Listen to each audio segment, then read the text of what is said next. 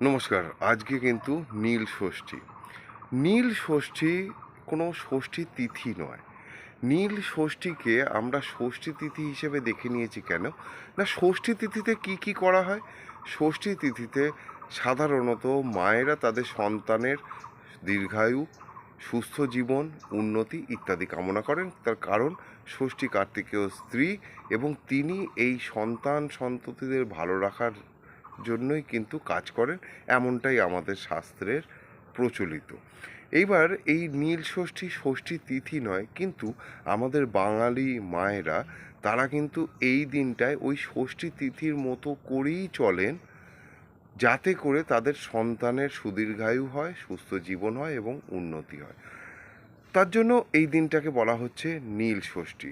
আর সেটা কিভাবে করেন, কতটা আপনি যদি বৈজ্ঞানিক দৃষ্টিভঙ্গি দিয়ে দেখেন তাহলে দেখবেন যে কতটা যুক্তিযুক্তভাবে এই বিষয়টাকে তৈরি করা হয়েছে। মায়েরা সন্তানদের সুদীর্ঘায়ু এবং তাদের জীবনে যেন কোনো বাধাবিঘ্ন না আসে, কোনো তাদের রোগ ভোগ না আসে, সেই জন্য এই নীল ষষ্ঠীটা পালন করছেন। অর্থাৎ সন্তানদের জীবনে যত বাধা বিঘ্ন, যত বিষ আছে, সেগুলোকে তারা গ্রহণ করে, কারণ অত তো দূর করে সরানো সম্ভব না, কারো কাছ থেকে সরাতে গেলে কারো কাছে নিতে হবে।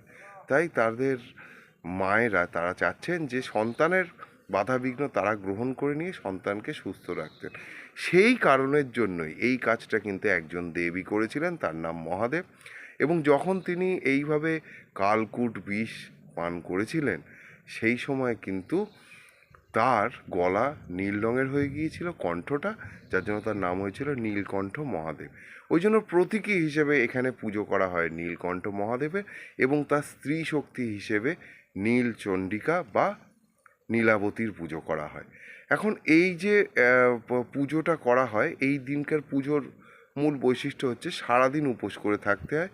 সন্ধেবেলা যে কোনো শিবলিঙ্গে জলাভিষেক করে বা পঞ্চামৃত অভিষেক করে তারপরে গিয়ে নীল চণ্ডিকার উদ্দেশ্যে দেল ঘরে নীল বাতি অর্থাৎ সর্ষের তেল বা ঘিয়ের প্রদীপ জ্বালিয়ে আসতে হয়। এইভাবেই পালিত হয় নীল ষষ্ঠী।